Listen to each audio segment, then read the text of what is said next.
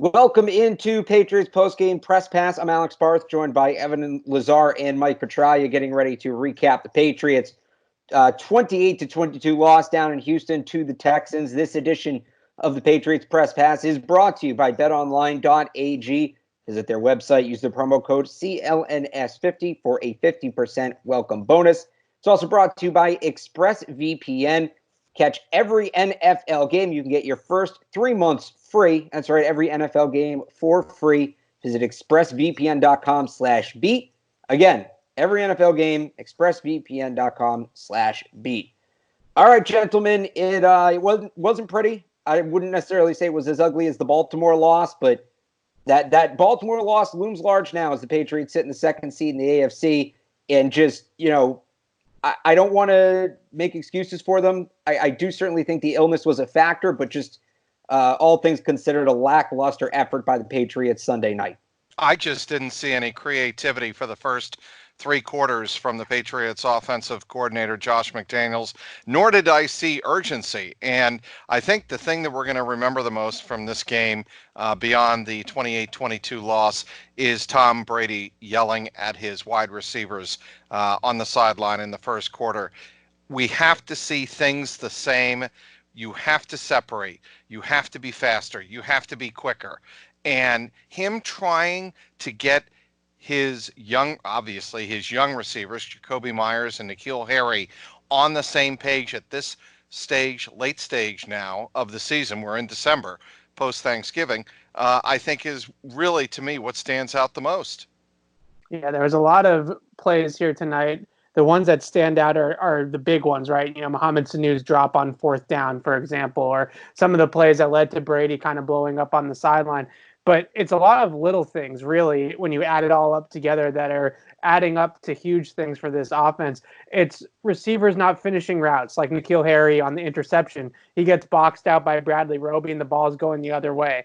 I didn't love the decision by Brady to throw the football, but that's not a good route by N'Keal Harry either, right? Other little things, like Mohamed Sanu on the play before the 4th down conversion that he dropped. He runs the route short of the sticks, and he doesn't pick up the first down because of a lack of attention to detail. There's so many instances tonight. I'm sure you could count on 2 hands the amount of times that receivers ran routes short of the sticks on a key 3rd down or 2nd and long or something like that put the Patriots in a disadvantageous situation. Running that route a little half yard, even if it's just a foot past that marker and then cutting your route off horizontally, those are the difference between those little inches adding up to big things and little things. And I think that's the difference right now with this Patriots offense. I don't know if they have enough talent on offense to get where they need to go. Brady's blowups on the sidelines are obviously interesting TV, but he's asking them to execute faster, to play faster, to execute better, to separate. I don't know if they can separate any more than they are. I don't know if they have that talent, but if they can get the little details down, that's what they're going to have to do, because they don't have a Rob Gronkowski out there right now. They don't have an Antonio Brown. So they're going to have to do the little things better. And you know what? When it comes down to it, and Evan, we've talked about this on and off the air, and I kept saying they'll get it figured out. They always do. They'll make the adjustments. But tonight was the night. Everybody was healthy, right? They had the full assortment of weapons, and not just the receivers. You have Isaiah Wynn in there as well at left tackle, which we talked about making a difference. Houston is one of the worst secondaries in the league. They're banged up. They lose Vernon Hargreaves during the game. Everything was there tonight. Every box was checked for this to be the night. The Patriots offense figured it out, and it felt right there with the narrative that beginning of December, Patriots have this big game, prime time against a good opponent. They click, they make their run. That's how it's gone for the last 19 years, save maybe last year with the loss in Pittsburgh and Miami, and they did the exact opposite tonight. I think, I know they didn't look great against Dallas, and they put up more points tonight technically. I think there's an argument to be made. They took a step back tonight from what we saw against Dallas last week. I would agree with that 100%. And you have to be concerned about the way Tom Brady is playing right now. I mean, the second half and, the 345 yards that he wound up with, the 3 touchdown passes, all of that is great. But when the game was being competed, really, honestly, genuinely competed in the first half, he was, what, 7 of 19 for 82 yards, a pick, and a 28.8 rating in a game, like you said, Alex, that it was there for the taking in terms of the Patriots receivers to come back and have a breakout game. Philip Dorsett and Mohamed Sanu both came back active for this game. I expected this to be a much more vertical passing game, and we didn't see it. And that's what surprised me. And again, Tom Brady in that first half just simply did not look sharp. I don't think, certainly I don't think he would deny that.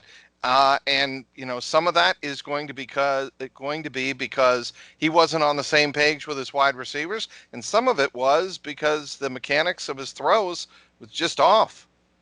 Yeah, I think that with Brady, I'm coming to the conclusion that it's tough to blame him in a lot of this case because really what his receivers are giving him right now is pretty lackluster. Now, we can go and evaluate. I agree with you, Trags, that the first half, he didn't look himself. He was definitely a little bit confused by some of the things that Cornell was throwing at him pressures-wise. That one sack where he thought that Bradley Roby was in man coverage on James White, and Bradley Roby ended up blitzing, and the guy from the edge ended up dropping into coverage on White. That certainly got Brady. But I really think that this is more, if the system around Brady was working better and the foundation around Brady was stronger, then I don't think that Tom Brady, we would be talking about him having as bad of a season or him being this big issue or anything like that. Not that you're saying he's a big issue, but I think that will be the national narrative, right? Is that coming out of this game? I think it's more going to be about Brady struggling and then the Patriots offense struggling as a secondary point. I don't know how much you can really put on Brady at this point. With what you saw out there tonight, those were all mistakes, I would say, that were made mostly by his receivers out there, certainly in the first half. Just running the wrong routes, not properly running the route, not finishing the route. Philip Dorsett, Brady throws the ball at the back of the end zone, out of the back of the end zone in the first half, starts barking at Dorsett because Dorsett just stopped running.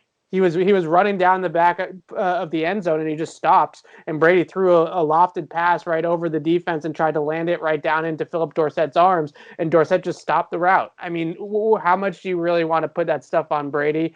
I don't know at what point do we have to just say, chalk this season up, this entire season so far for Brady, up to more about his supporting cast than him himself. I think it's becoming really difficult to separate the two, honestly.